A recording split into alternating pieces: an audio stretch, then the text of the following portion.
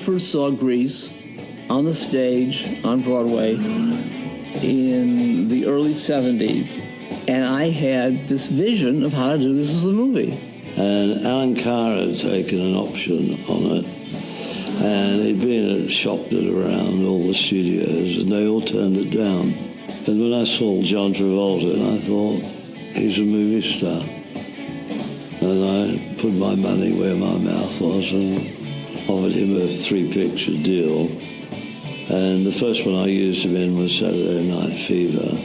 And I thought, Grease would be an ideal second film, so I did a deal with Alan to acquire the rights. He became co-producer with me, and that's how it kicked off. And Randall Kleiser, I took a chance on. He'd never directed a feature, but he'd directed John in Boy in a Plastic Bubble. I directed John Travolta in Boy in the Plastic Bubble, and when he was signed to do a 3-picture deal at Paramount, he asked for me to direct one of his movies. So I had a great rapport with Randall already, so I trusted him. So then I just had to trust that he could make a movie musical, and the thing that Randall did, I felt that was key, and as he let us lead the way a lot. I remember wanting to go back to the script, the Broadway script a lot, and he didn't disagree, and it was really the correct thing to do. For me, the hardest part of making the movie was staying true to what I felt Grease was really about, that it was about a pretty tough high school, because I felt that that's what would translate. And I talked to Randall at some length, and I said, I want to keep the high school grittiness of experience in it, and I think we did. Yes, it got a little sugar-coated here and there, but I think we did. Well, I liked the stage production very much. I felt it had to be done differently. You can't take a play and put it right on the screen, because film is a different medium. A lot of people have tried to make stage plays, and on film, if they look like stage plays, they usually don't make it. So we needed to make it look like a film, make it live the life of a film, and not look like just a stage play.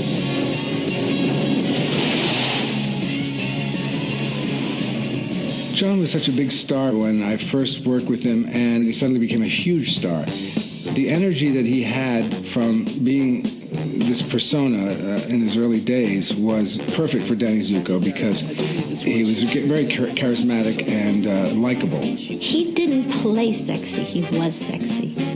You know, he didn't try to make you feel attracted to him. You just were attracted to him. When I did the play, I got to do Duty, which is a smaller character and a more innocent, naive character. And I always wanted to play Danny, but I wasn't old enough yet in the play to do that. Well, I think it's one of his all-time best performances. He had this charisma, and he knew that character inside out. He just had a great grip on this, and he was amazing. Sandy! Oh, Sandy. I knew of Olivia Newton-John. I'd never met her and never knew anything about her. And then I was at Helen Reddy's house for dinner one night, and she was sitting across from me. And apparently he was entertained by me. I was always clowning around and making faces, and so he asked me would I be interested in playing Sandy. And so I said, yes, I'd be interested, but I really would like to do a screen test to see if I'm any good and to see if the casting with the male lead is going to work. The reason I wanted Olivia in this was because at that time, every guy's dream was to have Olivia Newton-John as their girlfriend. And I'll tell you, I was the same way. And to me, it gave the piece more validity. So she requested a screen test. Normally, the studio requests a screen test. In this case, she said, I'll do the movie if I do a test and I feel comfortable. So we did a test. It was the scene in the drive-in. John is very sweet and very helpful to me and made me feel really comfortable because he was much more experienced at acting than I was. And it just felt right. Screen test was sensational. And she felt very comfortable. And I wanted her voice as well, because we really needed a beautiful voice. She was Sandy Dombrowski, was the original cast name, and she was American. I said, well, I don't know if I'm going to act, and I have to think of an American accent. I don't know that I can do this. So they very graciously Made her an Aussie. Sandy! Danny? What are you doing here? Well, Jeff Conway was from the Broadway show and was in it for many years. Very interesting story. I played Danny originally. Then they asked me to stay on as understudy for the 9 roles. And the only role I never played was Kaniki. Well, because Jeff Conway had played Danny Zuko on Broadway, he knew the play really well and became like an equal to John in a way. When I first got a call from my agent that they were casting Grease, they said, well, go to Paramount. When you come into a major studio, there's a booth with a security guy, and it's pretty small. But I saw on his desk like a stack of fat scripts. So I said to him, I need to read the script. I don't know what this is. I'm auditioning tomorrow. I have to know what the character's about. He said, all right, come here. And I went under the table, which is, come to think of it, kind of weird because he's standing there and I'm like at his knees, and I read the script. Well, when we were casting for Frenchie, we had people in, but the moment Didi Khan walked in, we stopped looking because we just knew she was Frenchie. She was perfect. Her squeaky voice and her attitude and her character was just right, and so we all just jumped at her. Sandy, why don't we go into the bathroom? My mother will kill me if I get blood all over the carpet. What? Alan Carr was a friend of mine at the time and sort of unofficially manager of mine. And I remember him saying to me, I'm having a lot of trouble casting Rizzo.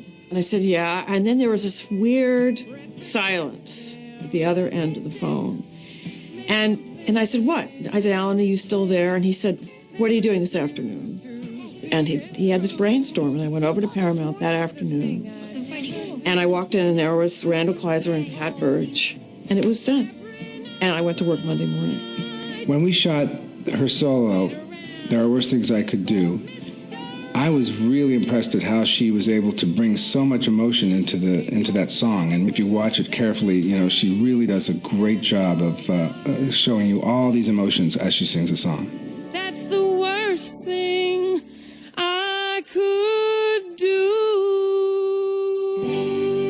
There was great chemistry among the cast, and I think it's because of two things. One, a lot of them had worked together on Broadway doing the play, so they knew the characters and they knew where the laughs were. The second thing was that we had 5 weeks of rehearsal.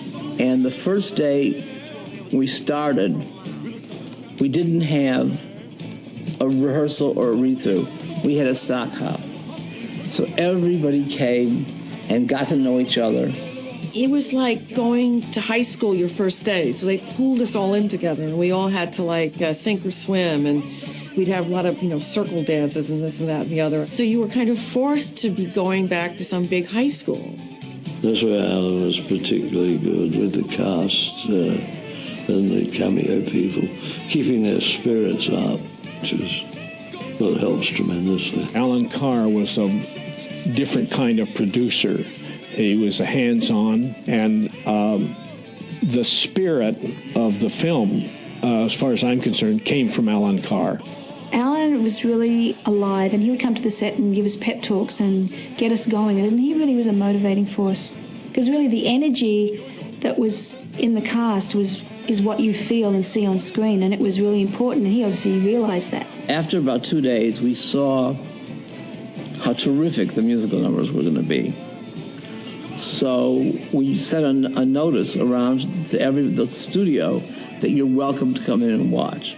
On one of the sound stages of Paramount, they set up all the sets for the major numbers, and we performed them for all the executives of Paramount, which was great because we got that energy, performance energy. It was great morale for the studio and certainly for our kids. Fuel injection cut off chrome-plated rods, oh yeah. In the play, it was originally Kaniki singing the song Grease Lightning, but because we had John Travolta and he was a big star, we switched it over to John. And this happened several times to Jeff, unfortunately, because he was now no longer playing Danny, and I think it was, it must have been difficult for him. Hey Danny, we've been friends a long time, right? Yeah. The scene where John and I hug and comb our hair and everything, I knew something was wrong with that scene right from the very beginning. And I thought, well, what is the scene about? I said, oh my God, it's a love scene between two guys. I mean, Kenickie, tough-ass Kenickie, is asking Danny, would you be there for me? And in the 50s, that wasn't easy for guys to do. And so then I thought, well, what would happen when they have that interchange and they don't know what to do with those feelings? They hit each other. That's the only kind of male contact you can have. They hit each other. And then before they know it, they hug. And then they go, holy crap, what did I just do? And they whip out their combs and go, that's cool. Listen, I'll pick you up at 3, huh? Yeah. Well, let's put it this way. Jeff insisted that when I had a hickey from Kenickie, that he give it to me himself. That to me was very Jeff to do that. So that was a real hickey from Kenickie. There was a scene between Rizzo and I, and it was after she throws the milkshake in Kenickie's face.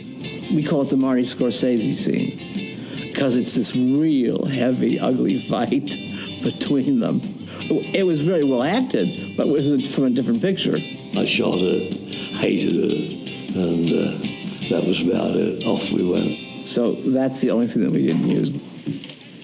No use crying over spilled milkshake. Well, shooting Beauty School Dropout was a lot of fun because I had worked as an extra on Fireball 500, a movie that starred Frankie Avalon, and just a few years later I was on a soundstage shooting him as this teen angel. And I remember that Didi Khan was enamored by Frankie Avalon. She really liked him, and you can see it in her eyes when she does that number with him.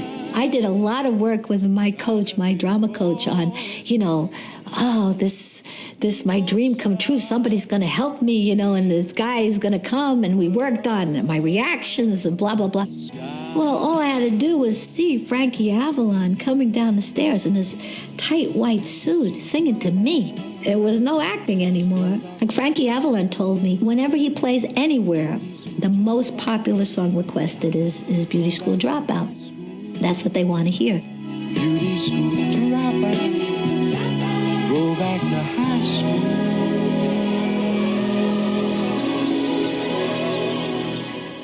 Now, they did want to put a blue wig on me for the carnival scene.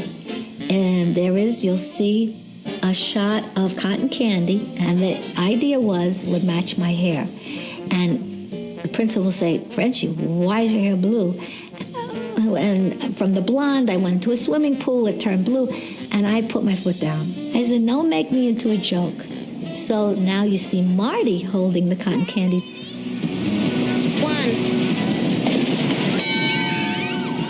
Well, Olivia Newton-John, her character, it was very clear that she had to look a certain way for it to pay off at the end where she becomes one of the girls. And so she was always really the most period of them all. The looser skirts, the higher necks, to look as fresh and dewy as possible, so that at the end, it was very clear that we had to go totally against that. When we went to wardrobe, and they found these pants that were really from the 50s. I mean, they were really thick lycra, and I was sewn into them because the zip was broken or something. So I got dressed in the outfit that we'd chosen and went out around the crew. She didn't tell us what she was doing, and when she came out of the trailer with that hairdo and those pants, I mean, people the whole crew and everyone just applauded. And I was getting all these kind of looks and kind of murmurs and whistles, and I'm going, I'm doing something wrong. What's going on? I should have been doing this a long time ago. It's electrifying. Robert Stigwood was a genius in terms of music, and he had done the whole Saturday Night Fever soundtrack. And he was the one who came up with the idea of using the Bee Gees to write the title song of Grease. It was during the editing process this dawned on me. I thought, Barry. I said, listen, Barry, I need a title song called Grease. Oh, he said, hell, Rob, Grease. What a word. And then he hung up. Half an hour later, he called me back and said, how does Grease as the word grab you? That's it. And it was going to be in the end credits. But it was like almost too good to put him there, and it didn't quite fit. And we kept figuring out what to do with it and where to put it. And I said, why don't we put it against the cartoon? And it was like written for the cartoon. It was just a magic coincidence. In the play, there's a musical number called It's Raining on Prom Night, and Sandy sings that. And we all felt that song was nice, but it wasn't as exciting as something else we could write. And I needed a big ballad for her, so Hopelessly Devoted came out of it. Hopelessly devoted to you. I'm always shocked when I meet people who tell me their 5- and 6-year-old love Grease, because, I mean, there's a lot of sexual, things happening in there. It was a little sexier than I thought, seeing it recently again. I thought, we got away with some things I didn't realize we had. It was all good fun. It broke. How could it break? The studio didn't really think it was going to be a huge hit. Grease was this little teen musical that would, come and go very quickly. We did have a sneak preview. If the cartoon started, they were laughing at the cartoon. So we were off and running. I mean, it just got better and better and better. And I remember hearing Frankie Valli singing that, and there was this ripple of excitement. And then that first big production number, whoosh, it was just like a big wave hitting a beach when you sat in the movie theater. It was really thrilling. And the rush in doing it, you're really not quite sure both what you have and what you're doing. It was only later when it was all, I finally saw it all together, and I thought,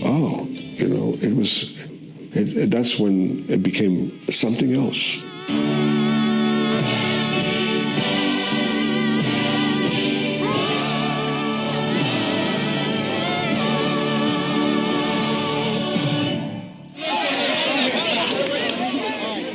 The premiere was held at Groundless Chinese Theater, where streets were lined with people. They were screaming and yelling, because John was a big star from Saturday Night Fever at that point.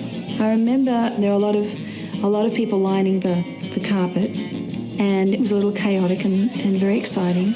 I can't tell you how many people were out there. It was huge. It was like they were hanging off the buildings. It was true pandemonium. It was like those films you see of the premieres of yesteryear, when the streets were mobbed with people with bleachers and the red carpet walking everybody in. It was one of the most exciting nights of my life. Afterwards, we went from the premiere to a soundstage at Paramount, where they had a TV special lined up. Alan had done that. He was quite a showman. And when we were pulling up to Paramount Studios for the premiere party and TV special, Rip Taylor was there throwing confetti as the cars went in. I thought, what's all this about? But to have a TV special for the premiere party was really a toast to Alan. He knew how to get the word out and how to push things. He was like the P.T. Barnum of his era. At the time, in the business, this movie was not appreciated. And whereas the audiences went nuts for it, and they still are, everybody in the business was sort of puzzled by its success. And I remember that very strong, and it was kind of dismissed, but it wouldn't go away. And it just kept making money. And then when the video thing happened, of course, it was huge. It was all over the world. It was huge. We had a 20-year reunion in 1998, and it was really like going back to high school. And the audience was so pumped. They had seen it on DVD many, many, many times. And this is the first time many of them had seen it on a big screen. And so they came dressed in costumes, sort of like the way they used to do for Rocky Horror Picture Show, and they knew all the lyrics. They sang along with the lyrics. When Hopelessly Devoted came on, they lit all these lighters like at a rock concert. That was probably the most rewarding thing that's ever happened to me. Hopelessly devoted to you. There was nothing that was difficult about this movie. It was like a pleasure from the first day to the last day. It was a big party, and we all have remained friends. It was like a real family. Randall somehow captured the innocence of that period, and then the cast just colored it in, and gave it its color, gave it its flavor. We loved being with each other. You know, we really, truly loved being with each other. I couldn't wait to get to work. Even though it was a fun movie, all of the actors really gave all they could to the film. And, you know, Grease has become one of the most successful musicals of all time. It's very hard to have a hit film, you know, the odds are stacked up against you. And when it happens, it is tremendous. And so, very, very happy memories all round. For me personally, I've done, I think, more than 70 films by now. That's the one movie that people go, oh, you did Grease. So it just keeps going. What really strikes me is how strange it is that this movie still works for young people and adults and different cultures. I mean, it seems to work in every country. I do think Grease will play regardless of the decade anywhere because of the absolute truth of the relationships in it. I don't think it would work as just rock and roll songs. I feel very, very fortunate to be a part of something that brings happiness to people. There's that element that makes it click that you can't see, and it's nothing tangible, and if it was, we'd all make films like that all the time. There was just this magical quality in this movie that's made it last for so long, and it's the most successful film I've been in, probably will ever be in. And that's enough. That's great. You know, I've left my mark on celluloid somewhere, and I feel very lucky. Danny, is this the end? Of course not. It's only the beginning.